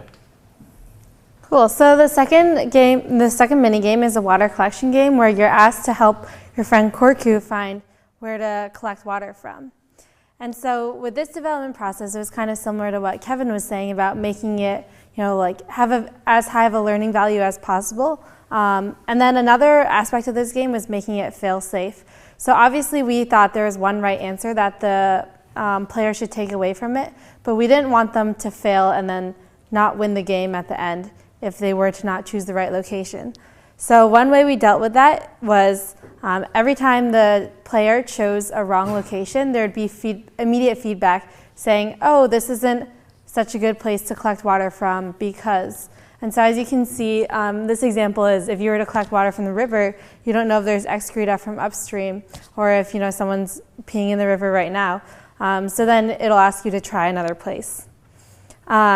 We also did a feature cut pretty early on, which was also finding somewhere to dispose of your excreta, and so we focused on the water, which would, hopefully focus the player's attention in figuring out where to place water and really think about the water aspect and not so much as another aspect of the game. So the other challenge was, as Liz and Kevin already pointed out, was there was a huge cultural difference. So again, I have like a before and after shot of what our landscape looked like. And so originally there were snow-capped mountains, a lot of grass, but from our research we saw that this didn't really look like a Ghana landscape. We had a water treatment facility, which originally was the correct place to collect water from, but we eventually changed that to be a well. And so that's more realistic about in terms of where people collect water in Ghana. Additionally, at the end there was a taskbar, so it provided you more feedback. If you clicked on any of the buildings, it'll provide you feedback about what that place is and whether or not you should or shouldn't be placing water there. Our final minigame is focused around teaching the symptoms of cholera and the importance of early prevention and recognizing the early signs of cholera to prevent the disease from spreading. So the premise of this game is that the doctor in the town is very busy. He can't go out into the town to actually check on patients to see if they're seeing any of the early signs of cholera. So he asks you to help him by going out and talking to some of your friends in town and then asking them if they're having any of the symptoms and then ask them to come into the doctor.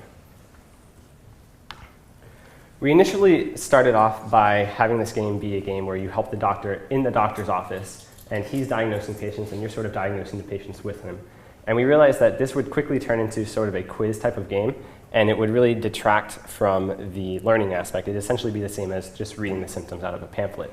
So we decided that by adding more interactivity, by forcing the player to go out into the village and actually find people and talk to them and then ask them to come into the clinic, would be a lot more engaging while still maintaining the same educational aspect about trying to search for the right symptoms. Additionally, we made a change where we had the player go talk to some of the villagers that were adults. And then we realized that after speaking with Pablo that the social hierarchy in Ghana is not necessarily that of the United States. And this sort of interaction where a child asks something or sort of demands something of an adult isn't really something that would happen just because of the stricter social hierarchy. So we decided that it'd be more appropriate if we had the child go talk to some of his friends that were of the same age and then tell them, since they're on the same sort of level, to go to the doctor's office rather than talking to elders.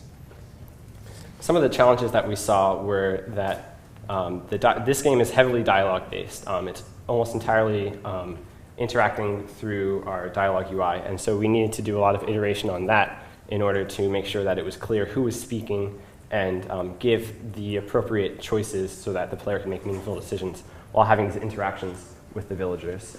And finally, since it is so dialogue heavy, there's a problem that comes when making a game for children when you have a lot of text because they might not be the strongest reader. So we focused a lot on making sure that the vocabulary was simple, and we tried to keep the sentence structure as simple as possible and straightforward to get the message across to children. So some of the overall challenges that we faced while doing the game development was mastering the states with Phaser. This is sort of an intricacy of the Phaser engine itself, where when you spawn off the different sort of stages of the map, making sure that we can maintain the data across all of these different states so that there can be a sort of progress through the game. And finally, we want to make sure that the game wasn't too difficult. For example, with the facility game, at the beginning when we had the very fast-paced clicking and then you would fail almost all the time, we wanted to make sure that it wasn't too difficult, but that it was accessible. The cultural disconnect we've touched a bit on in some of our previous games, making sure that the target audience will be able to play this game and relate to it in order to pull the message from it. And making the play meaningful, we wanted to make sure that the gameplay was still getting the message across and finding the good balance between education and play. So now I'll talk about how our teamwork worked out and what our process was like as a team. So we used 4 main tools, the first one being Trello to keep track of our tasks and progresses. So we'd put all our sprint task lists, our product backlog onto the Trello. People would claim the different tasks and then be able to say if they were doing them, if they were done, or if they hadn't started. And then that means we could track how people's progress was. The second one was weekly meetings. So every week we had a meeting to either do some research about Ghana, talk about how we could improve the gameplay, make it more meaningful, if we should cut some features and whatnot. So these meetings were really great for quick and efficient decisions and also really important decisions. Our third tool was Slack, which some other teams talked about, but it was really great because first it had GitHub and Google Drive integration, so you could see when people were pushing code, if you should be pulling code. And then in addition, we could have different channels. So we had a separate coding channel where all the coders could talk to each other, and that might not be relevant to other people. And then having a whole team channel was also efficient because it would be faster response than email. And then our final one was Google Drive, which is where we had all our assets, had all our dialogues, our characters. And this worked out to be a really great tool for collaborative storage. Some downfalls of this was, I'll talk about the second part was, well, I guess basically with all these tools, you need to make sure that everyone's actually using the tools. It's not actually effective to be using Trello if not everyone's using Trello. And we found this to be the case. Not everyone would be updating their progress on Trello, or not everyone would be on Slack.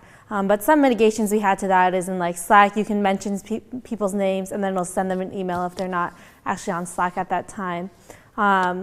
We did have to kind of remind people to be updating the Trello board or updating their progress in Slack or just ping people individually in email. But I think we worked it out. Something we could have improved on was enforcing deadlines and having deadlines. As Kevin will talk about, we had different roles between coding and art designing. So obviously the art assets had to be done before you could really code things and put it into the game. So in that aspect, we should have probably had clear deadlines so that we could stick to a stricter schedule. And then in addition, we should have probably had a bit more frequent communication with the entire team. So we did have a lot of communication, but sometimes not all the team members were present, and we should have probably improved a bit about like sending out meeting notes and catching up people who weren't at the meetings when we made certain decisions. And to that regard, something that we could just do for next time is send out meeting notes and keep everyone up to date, and possibly even have smaller meetings where not everyone is present. So I guess in terms of what went right, Kevin will talk about that. Yeah, so as Rachel was saying, we separated a lot of the tasks of the project between the team members. And since we had 7 people, we designated 4 to coding, 2 to design and art, and then a few others to the other aspects such as narrative, project management, and sound. So that actually helped us a lot in that having only 4 coders rather than 7 really cut down the number of merge conflicts and issues that we had in previous projects, because obviously the fewer number of people working on each file, the less likely it's all going to break when people merge their stuff together in GitHub. And with the art designers, it actually helped to have just 2, because although they had to do more work, it was easier for them to collaborate and make sure that all of their art followed the same theme, rather than coming from 3 or 4 different sources that looked slightly different. Eduardo and Liz were very capable in making sure that all the art had the same kind of color palette and the same kind of cultural theme to it, which helped, I think, unify our game in the end. And as Rachel also said, we had semi-frequent meetings, mostly at the end of the weeks, just to catch up and see how everybody was doing on their parts and what we were planning on doing for the next week.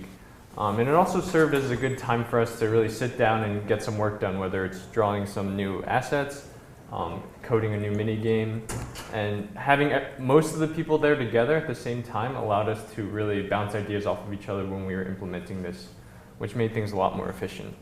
And lastly, we realized that at the beginning we had probably more than we could take on over this 8-week period, so we did a good job of cutting features early, and the main one we did was cutting the 4th minigame out of our game entirely so that we could really focus on making the 3 minigames that we have currently really robust and really relevant to the ideas we were trying to convey. So moving forward from this, hopefully we would be able to find more of our target audience. Our focus tests help a lot, whether it was speaking to Pablo, other MIT students, people in the class. They gave us a lot of good feedback about the game, but obviously we didn't get a chance to speak with Ghanaian kids, which is our target audience, and that could definitely help if we had a longer period and were able to find even kids ages 8 to 13.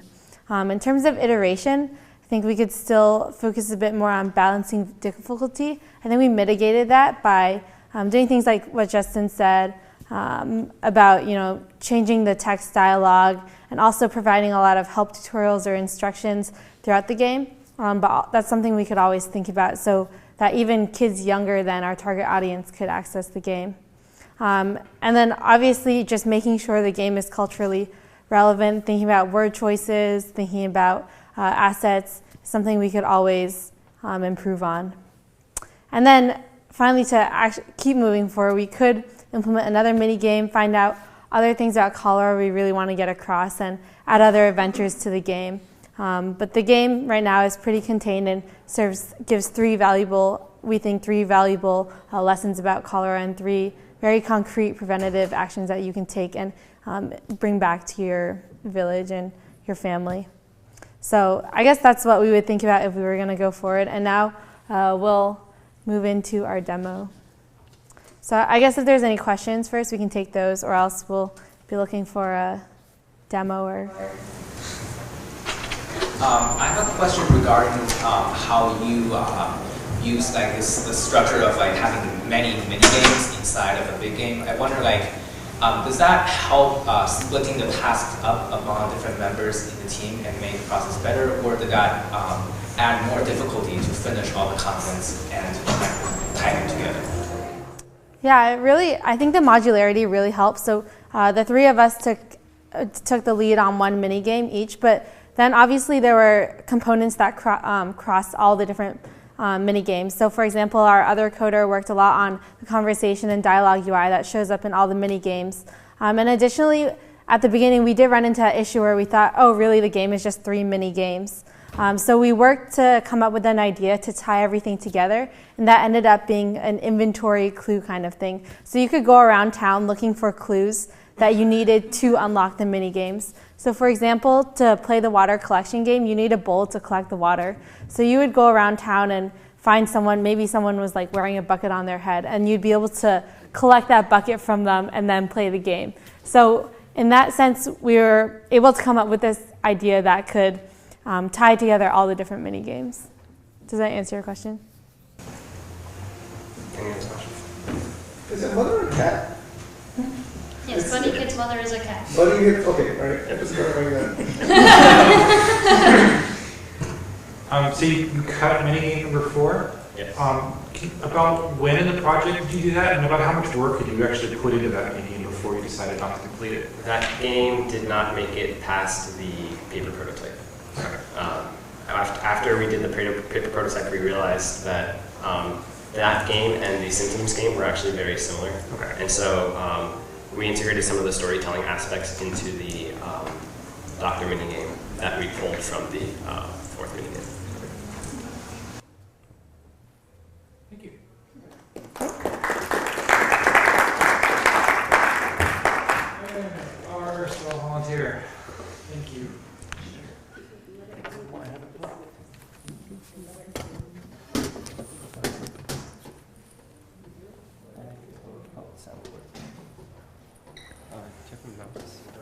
guess I click start to start. I think it's fine. It's okay.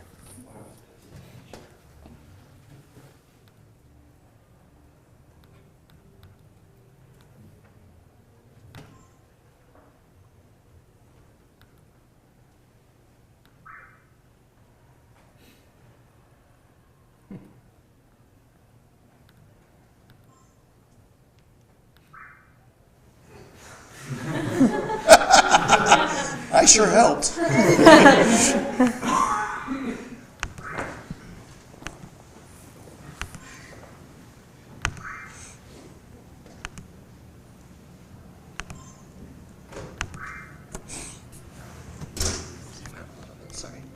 There you go. All right.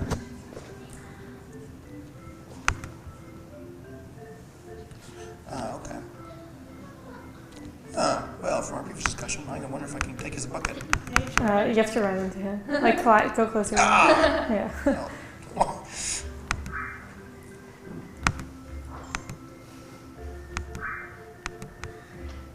Talk to him back and forth. I don't know if Corku's going to get that bucket. I'll keep it.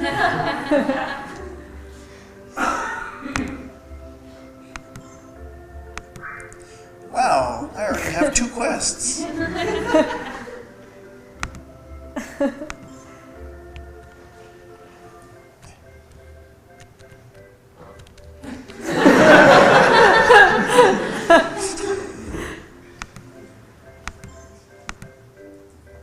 Never play with fire by yourself.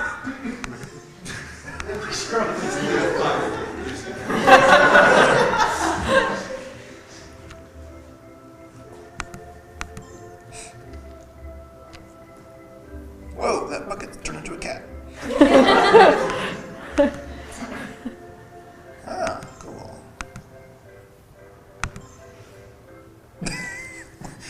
I mean, if I say no, I have to come back later, don't I? Drag the bowl and click me when you're done.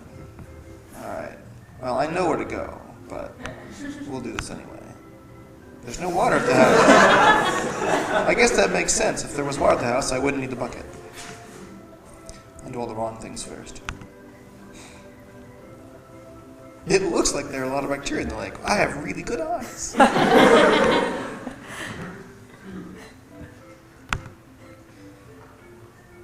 You. I don't want rusty water. Well, the bathroom, that's a great place to get water. I won't go there. Yay. I have water. Can I go swimming? Yes, I can. I forget what you wanted. What did you want again? Ah, paper.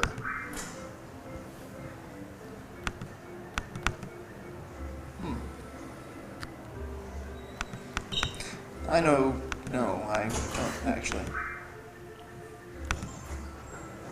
Oh, I guess I do know something. Aha.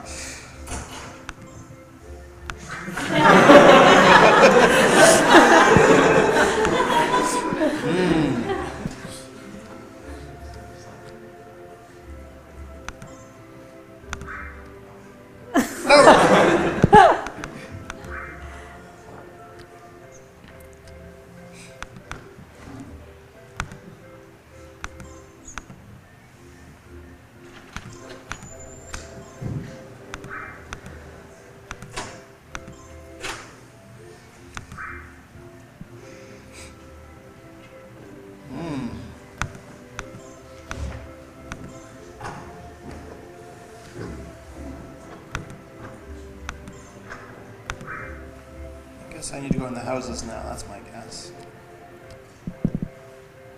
Oh, cool.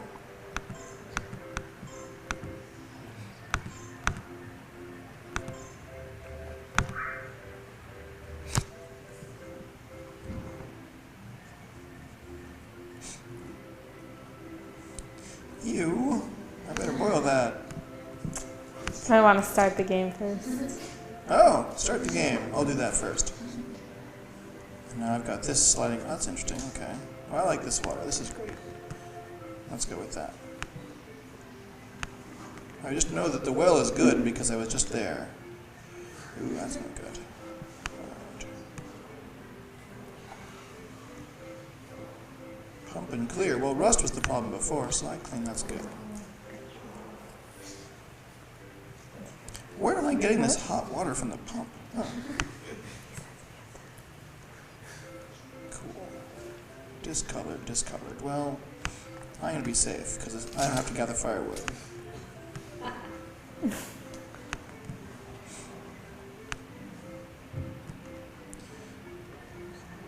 Ooh.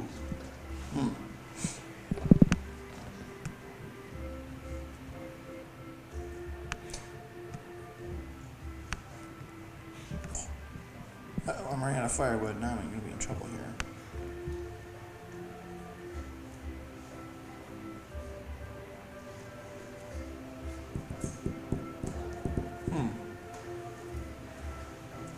We'll go for it. It's from the pump? How bad could it be? Is this a rusty pump? Oh, right. That's the bad stuff. The well's the good stuff. That's pump. Yeah, whatever. The well. It's the cholera game, not the tetanus game, right? I only have 3 firewood. Well, let's just do this. One of the next one will be clear, I'm sure. Well and clear. There we go. We'll boil the rest to be safe. I'm not getting the firewood. All right. You have all the clues? I haven't helped sick people yet. Yeah, here's 2 tricks. Just kidding. Throwing up and have diarrhea and very thirsty. Oh, well. So in other words, you've seen the monster. I'm not doing very well at saving that monster yet.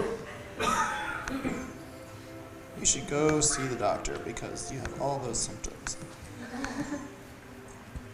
All right, where are my check marks? Oh, look, I got 3 clues. Is that good enough? Let's go back to the mirror.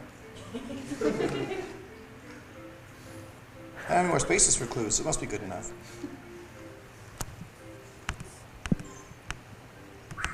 Nope.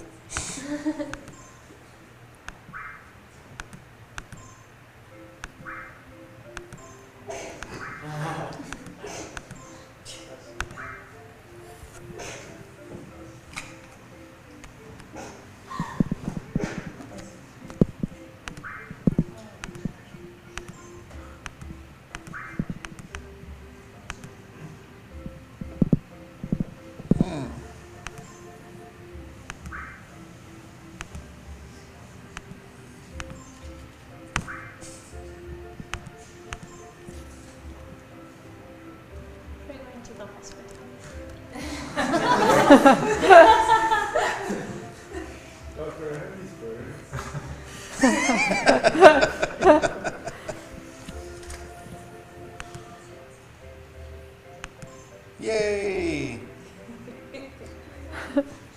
I just jumped over that office.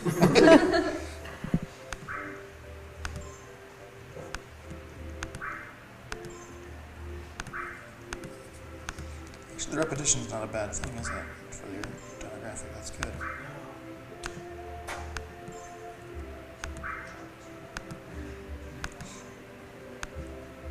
So you're not from around here, are you? That's it. Thank you.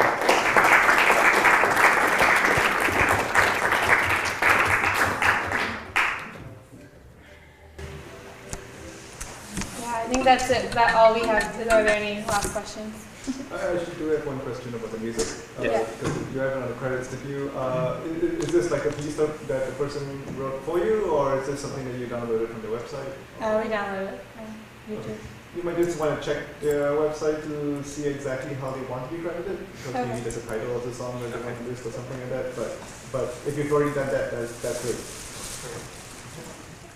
Thank you. Thank you. All right, we're done. Thank you so much.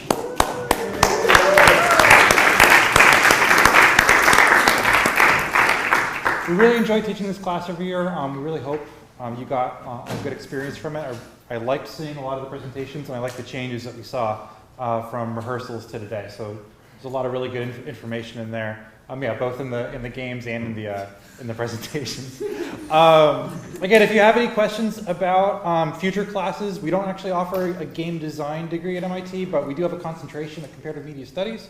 If you take any 4 CMS classes, you get a concentration. It can be from this list here. There's information on your desks about other things you can do with games at MIT.